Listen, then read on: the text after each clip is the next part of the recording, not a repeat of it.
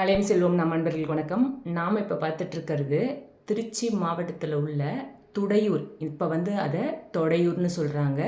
தொடையூரில் உள்ள விஷமங்களேஸ்வரர் கடம்பேஸ்வரர் திருக்கோயில் மிக மிக அற்புதமான திருக்கோயில். செவ்வாய் தோஷம் இருக்கவங்க நிச்சயம் இந்த கோயில் போயிட்டு வரணும். அதே போல் ஏதாவது விஷ ஜந்துக்களாலேயோ இல்லை விஷக்கடி பற்றவங்களா இருந்தால் இந்த கோயில் போயிட்டு வந்தால் அவங்களுக்கு நிச்சயம் அதுக்கு ஒரு நிவர்த்தி இருக்கும். ஆனால் அதுக்கு என்ன ட்ரீட்மெண்ட் எடுத்தால் கூட ஆனால் இன்னுமே ஏதோ அதோட பாதிப்பு நம்ம மனசுக்குள்ளேயே இருக்குது, ஒரு பய உணர்ச்சி இருக்குன்னா இந்த கோயில் போயிட்டு வாங்க. ரொம்ப ரொம்ப அற்புதமான திருக்கோயில். திருச்சியிலேருந்து முசிறி செல்லும் சாலையில் திருவாச்சிக்கு முன்பாகவே இந்த துடையூர் இருக்குது. திருச்சியிலேருந்து ஒரு 10 கிலோமீட்டர் தொலைவில் தான் இருக்குது. அடிக்கடி பஸ் ஃபெசிலிட்டி இருக்குது. துடையூருக்கு பஸ் ஸ்டாண்டில் இறங்கினதுக்கப்புறம் வாய்க்கால் பாலத்தை தாண்டினா இடதுபுறத்துக்கு போனாலே இந்த கோயில் இருக்குங்க. ரொம்ப அற்புதமான திருக்கோயில். திருமண தடை உள்ளவங்க இந்த கோயில் போயிட்டு வாங்க. எல்லா தடைகளும் நீங்கி சீக்கிரம் உங்களுக்கு கல்யாணம் ஆகிடும். காவிரி வடகரை தலங்களில் ஒன்றான திருப்பாச்சிலாசிராமம் திருவாச்சி அருகில் உள்ள ஐயனாற்றோட தென்கரையில் இந்த துடையூர், இந்த திருத்தலம் வைப்பு திருத்தலம். இங்க சுவாமி சுயம்பு மூர்த்தியை நமக்கு கிழக்கு நோக்கி அருள் புரிகிறாரு. இவருக்கு விஷமங்களேஸ்வரர்னும் கடம்பேஸ்வரர்னும் பேர் உண்டு. அம்பாள் வீரமங்களேஸ்வரி தெற்கு நோக்கி நமக்கு காட்சி தராங்க. உட்பிரகாரத்தில் ஒவ்வொரு சந்நிதியும் அப்படிதான் இருக்கும். ரொம்ப டைம் எடுத்து பார்க்கணும். பழைய நாள் திருக்கோயில், ரொம்ப அற்புதமான திருக்கோயில். சரஸ்வதி இந்த கோயிலில் வீணையோட நின்ற குளத்தில் காட்சி தராங்க. இந்த கோயில் போயிட்டு வந்தால் இதெல்லாம் நம்ம கவனித்து பார்க்கணும். தேவர்களுக்கும் அசுரர்களுக்கும் பார்க்கடலை கடைஞ்ச போது வெளிப்பட்ட ஆழகால விஷத்தை தன் கழுத்தில் நிறுத்தி உயிர்களை காப்பாற்றினார் சிவபெருமான். இந்த கடுமையான விஷத்தையே மங்களமாக்கி மாற்றியதால் விஷமங்களேஸ்வரர்னு அழைக்கப்பட்டார். தேவியின் பேரும் மங்களநாயகி தான். இவரை வழிபட்ட அனைத்து மங்களங்களும் கிட்டும். 2000 வருஷத்துக்கே முற்பட்ட கோயில்ன்றதுனால பஞ்சபாண்டவர்களில் ஒருவரான சகாதேவன் விஷமங்களேஸ்வரரை வழிபட்டு ஜோதிட கலையில் தலை சிறந்த நிபுணராக திகழ்ந்தாராம். துரியோதனோட ஒய்ஃப் பானுமதி இந்த திருத்தல இறைவனை வணங்கி பேரு பெற்றாங்களாம். அசல நிசுமித்ர மகரிஷின்றவர் இன்னைக்கும் தினந்தோறும் இந்த திருத்தல இறைவனை வழிபடுவதாக ஐதீகம். கருவரோட வாயில் 2 பக்கமும் 8 அடி உயரத்தில் அப்படியே கம்பீரமாக துவாரபாலகர்கள் காட்சி தராங்க. கிழக்கு நோக்கிய கருவறை விஷமங்களேஸ்வரர் லிங்க உருவில் நமக்கு அருள் புரிகிறாரு. மகாமண்டபத்திற்கு தெற்கே மங்களநாயகி சந்நிதி இருக்கு.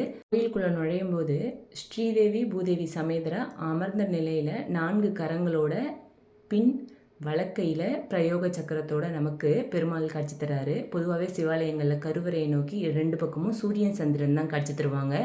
ஆனால் இங்கே சூரியன் இருக்க வேண்டிய இடத்துல மகாவிஷ்ணு சூரிய நாராயணனாக தேவியரோட தருவது அரிய அமைப்பு. சூரிய பகவான் திருமால் அம்சம் சூரிய நாராயணன் என்று போற்றப்படுறாரு. கருவறை வலம் வரும்போது தெற்கு கோஷ்டத்தில் வீணை ஏந்தி நின்ற குளத்தில் அருள்பாலிக்கும் தட்சிணாமூர்த்தி நம்மளால் பார்க்க முடியும். இதெல்லாம் இந்த கோயிலில் நம்ம போகும்போது ரொம்ப உற்று கவனிக்கணும். எப்பவுமே தட்சிணாமூர்த்தி அமர்ந்த நிலையில் தான் நம்ம காட்சி தருவார். இந்த கோயிலில் வீணையை ஏந்தி நின்ற குளத்தில் நம்ம காட்சி தராரு. பின்னாடி 2 கரங்களில் மான் மழு ஏந்தி முன்னிரு கரங்களில் வீணையை மீட்டி அந்த நாதத்தில் மெய்மறந்த நிலையில் காட்சி தரும் தட்சிணாமூர்த்தியை கண்ணி எடுக்காமல் நம்மளால் பார்த்துக்கிட்டே இருக்கணும் போல இருக்கும். இவரோட பேர் திகசண்டால வீண தட்சிணாமூர்த்தி. லால்குடி சப்தரிஷீஸ்வரர் ஆலயம் இருக்கு இல்லையா, அங்கே போனாலும் நம்மளால் தட்சிணாமூர்த்தியை வீணையோட தரிசிக்க முடியும். கருவறையோட பின்புற கோஷ்டத்தில் சிவருமானின் 64 திருமேனிகளில் ஒன்றான உமா ஆலிங்கன மூர்த்தியை நம்மளால் பார்க்க முடியும். சிவருமான் வலது கையில் சின்முத்திரையை காட்டியும் இடது கையில் பார்வதி தேவியை அனைத்தபடியும் அபூர்வமாக நமக்கு காட்சி தராரு. இதுபோல் காட்சியை காண்பது அரிது. கணவன் மனைவிக்குள்ளே சண்டை சச்சரவாக இருக்குது, அண்டர்ஸ்டாண்டிங் இல்லை, என்ன பண்ணாலும் ஒருத்தர் புரிஞ்சிக்க மாட்டுறாங்க, அந்த மாதிரி இருக்கீங்கன்னா இந்த கோயிலுக்கு வந்துட்டு போங்க. நிச்சயம் நல்ல ஒரு மாறுதல் கிடைக்கும். ஈசன் தன்னோட இடது பாதத்தோட சுண்டுவரில் தேவியின் வலது பாதத்தின் மீது வைத்திருப்பது போன்ற நுணுக்கமாக இந்த சிலை இருக்குது. இந்த உமா ஆலிங்கன மூர்த்தியை வழிபட்டா மகப்பேறு மனப்பேறு கிட்டுங்க.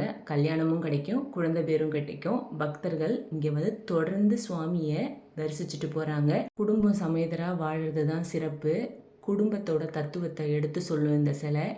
விட்டு கொடுத்து போகணும், கல்யாணம் நடக்கணும், குழந்தை பாக்கியம் கிடைக்கணும். இப்போ நிறைய பேருக்கு கல்யாணம் ஆகிறதே பெரும்பாடாக இருக்குது. அதுக்கப்புறம் குழந்தை கிடைக்கிறது அதுக்கு மேலே இருக்குது. இந்த கோயில் போயிட்டு வாங்க. பல நாளாக தடைப்பட்ட காரியங்கள் அத்தனையும் நல்லபடியாக நடக்கும். நிறைய பேருக்கு நம்ம பதிவுகளில் இந்த கோயில் போனால் இந்த பலன்கள் சொல்லிட்டு வரோம். ஏன் சொல்கிறோன்னா, இந்த மாதிரி கோயில்களுக்கு போக போக ஒரு கோயில் இல்லைனாலும் ஒரு கோயிலில் அவங்களுக்கு நல்லது நடந்துருங்க. அதனால தான் சொல்கிறோம். நிச்சயம் இந்த போல் கோயில்களுக்கு போயிட்டு வாங்க. இந்த கோயில் தேடி கண்டுபிடிக்கிறது ஒன்றும் பெரிய கஷ்டமே கிடையாது. 10 கிலோமீட்டரில் தான் இந்த கோயில் இருக்குது. பஸ்ஸில் போக முடிஞ்சவங்க பஸ்ஸில் போங்க. இல்லைன்னா தனியாக வண்டி எடுத்துகிட்டு கூட இந்த கோயிலுக்கு போயிட்டு வரலாங்க. கண்டிப்பாக போக வேண்டிய கோயில்களில் இந்த கோயில் ரொம்ப முக்கியமான கோயில். இந்த திருத்தலம் ஒரு விஷக்கடி நிவர்த்தி திருத்தலம். இந்த ஊரில் விஷ ஜந்துக்கள் யாரையும் கடிப்பதே இல்லை. இங்கே வீட்டிற்கும் விஷமங்கலேஸ்வரருக்கு ஒரு தாம்பலத்தில் 12 தீபம் ஏற்றி வைத்து வழிபட்டால் விஷக்கடி துன்பங்கள் மற்றும் விஷக்கடியை விட கொடியதாய் கருதப்படும் பகைமை, துரோகம், விரோதம், பொறாமை, பேராசை, வன்முறை, கண்திருஷ்டி எல்லாமே நிவர்த்தியாகும். மனசார நமக்கு ஒரு கெட்டது நினைக்கணும், மனசார நம்ம கெட்டது செய்யணும், அவங்க நல்லா இருக்கக்கூடாது அப்படின்னு கண்திருஷ்டி போடுறது அத்தனையும் இந்த கோயில் வந்துட்டு போனால் நமக்கு நிச்சயம் நிவர்த்தியாகும். ரொம்ப ரொம்ப அற்புதமான திருக்கோயில். இன்னும் சொல்கிறேன் கேளுங்க. செவ்வாய் தோஷம் உள்ளவங்க இந்த திருத்தலத்துக்கு மங்களாம்பிகையை செவ்வாய்க்கிழமை தோறும் செவ்வரளி மலர் சூட்டி வழிபட தோஷங்கள் நீங்குது. அவங்க கல்யாண தடைக்காக வழிபட்டாங்கன்னா திருமண தடை விலகுதுங்க. குழந்தைக்காக வழிபட்டாங்கன்னா நிச்சயம் அவங்களுக்கு குழந்தை பாக்கியம் கிடைக்குது. பக்தர்கள் குழந்தைகளுக்கு அரண்யான் கயிறு அணிவிக்கும் சடங்கை இங்கே தான் செய்கிறாங்க. ஆலயத்தில் கிழக்கே எழுந்தருளி உள்ள வாத முனீஸ்வரர் நரம்பு மற்றும் வாதம் சம்பந்தப்பட்ட நோய்களை நமக்கு குணப்படுத்துறாரு. அற்புத சக்தி வாய்ந்தவருங்க இவர். வாதம் சம்பந்தப்பட்ட நோயுற்றவங்க கோயில் முகப்பிற்கு எதிரே உள்ள இவரை வணங்கிட்டு தாங்க கோயிலுக்குள்ளேயே போகிறாங்க. செவ்வாய், சனி, அமாவாசை, பௌர்ணமி நாட்களில் வாதமுனிக்கு தைலாபிஷேகம் நடக்குது. பிரசாதமாக அபிஷேக தைலமும் தினமும் கோயிலில் பக்தர்கள் கிடைக்கும். இது போல் கோயிலை மிஸ் பண்ணவே பண்ணாதீங்க. ரொம்ப ரொம்ப அற்புதமான திருக்கோயில். இந்த மாதிரி கோயிலுக்கு நமக்கு போயிட்டு வர தான் நமக்கு ஒரு பிடிப்பே இருக்கும்.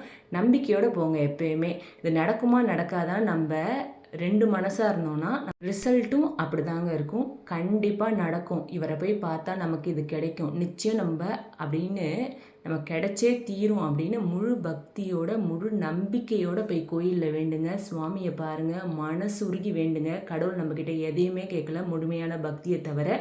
அவர் பாதத்தை போய் பிடிங்க. நம்பிக்கையாக கேளுங்க. எனக்கு இது வேணும்ப்பா, உன்னை விட்டால் எனக்கு யாரும் இல்லைன்னு கடவுள்கிட்ட கேளுங்க. கடவுள் நிச்சயம் நமக்கு செய்வாருங்க. முழு நம்பிக்கை தான்.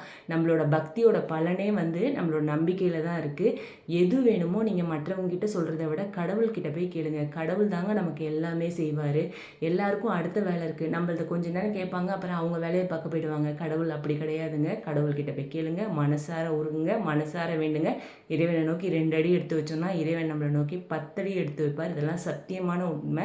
என் வாழ்க்கையிலே நிறைய அனுபவம் இருக்குது. இது போல் பழைய நாள் கோயிலை தேடி தேடி பாருங்கள். நிறைய பேருக்கு அன்பாக ஆறுதலாக பேசுங்க. இப்போ நிறைய பேருக்கு கிடைக்காத ஒன்று இந்த அன்பும் ஆறுதலும் தான். பணங்காசு கொடுத்து உதவி பண்ணணுன்றதெல்லாம் இல்லைங்க. நம்மக்கிட்ட பணங்காசு இல்லையே, எப்படி உதவி பண்ணலாம் அப்படிலாம் இல்லைங்க. 4 வார்த்தை அன்பாக நீங்கள் பேசுறது கூட ஒரு உதவி தான். நம்பிக்கையோடு செயல்படுங்க. இந்த கோயில் போயிட்டு வாங்க. போயிட்டு வந்தால் கமெண்ட்ஸில் சொல்லுங்கள். நல்லதே நடக்கும். நன்றி, வணக்கம்.